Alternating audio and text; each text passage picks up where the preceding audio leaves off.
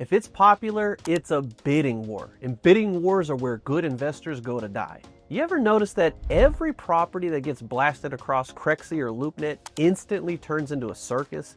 20 offers, 10 best and final rounds, and by the time the dust settles, the only person who wins is the seller. I learned early on I didn't want to play that game because when you're competing on someone else's timeline, you're already behind. So I stopped chasing the same deals as everyone else and I built something better.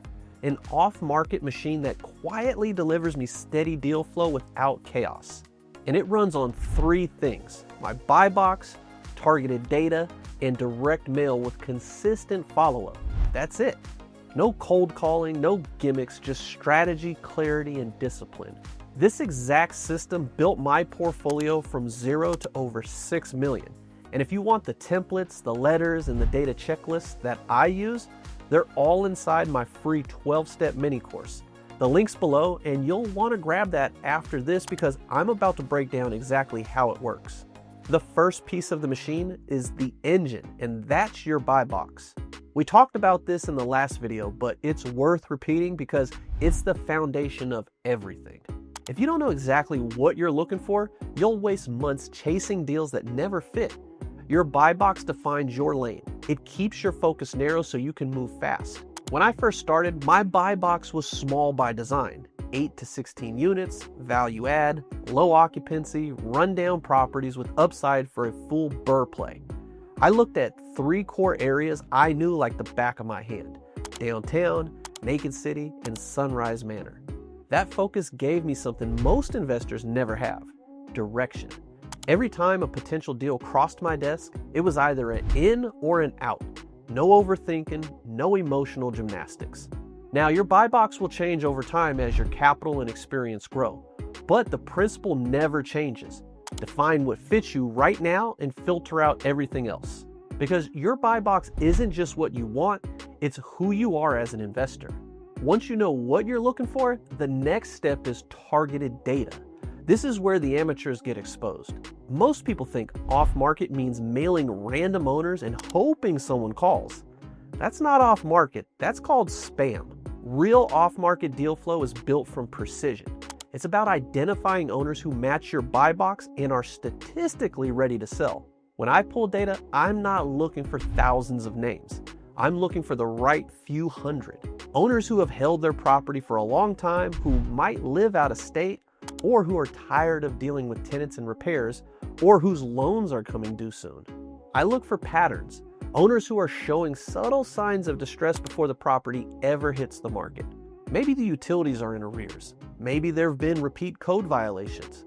Maybe rents haven't moved in 5 years while the neighborhood's exploded.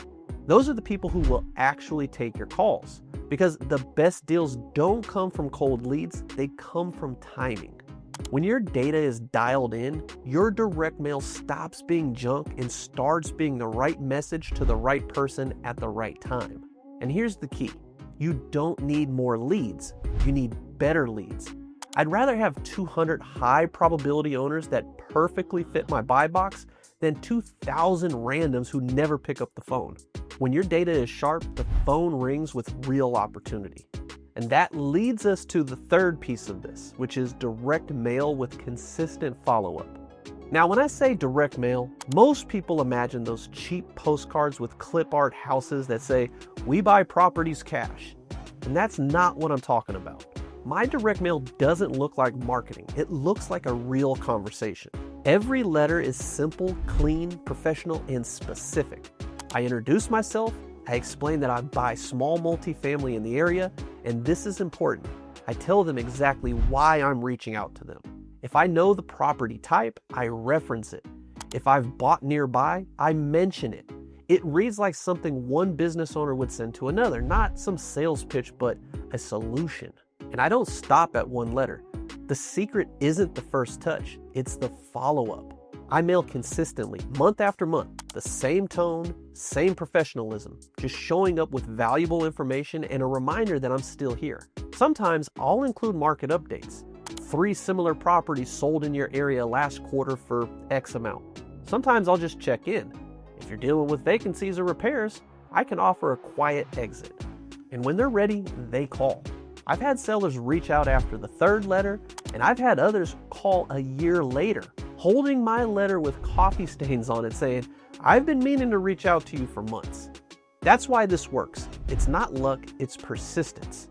Because when timing finally meets opportunity, the person they trust most is the one who's been there all along. That's how my off-market deals happen, quietly, predictably, without competition. Now let's put it all together. Your buy box is your filter, your data is your aim, and your direct mail and follow-up are your trigger. One without the others won't work. You can't target right people if you don't know what to buy. You can't write letters that convert if you don't have good data. And you can't build trust if you only reach out once. This is a system, a machine, and it runs because I built it that way. I've used this exact playbook to buy properties that no one else even knew were for sale. Like the 12 unit I picked up in Sunrise Manor off market. The seller lived out of state, was burned out, and wanted out quietly. I mailed him, I followed up, and when the timing was right, we struck a deal that made sense for both of us. Like an 18 unit that I bought in downtown Vegas off market. The seller lived out of state, was getting bled dry by the property manager, and was burned out and just wanted out quietly. I mailed him, I followed up, and when the timing was right, we struck a deal that made sense for both of us. 6 months later, I refinanced that building for more than double what I paid and eventually sold it for over $2 million. That's what happens when your system replaces chaos. Look, there's no magic list. There's no secret postcard that makes people call you overnight. There's just data, discipline, and time. If you stick with this for 6 months, just 6, you'll never go back to chasing listings again. Because while everyone else is refreshing LoopNet and Crexy, you'll be refining relationships and closing deals no one else even saw.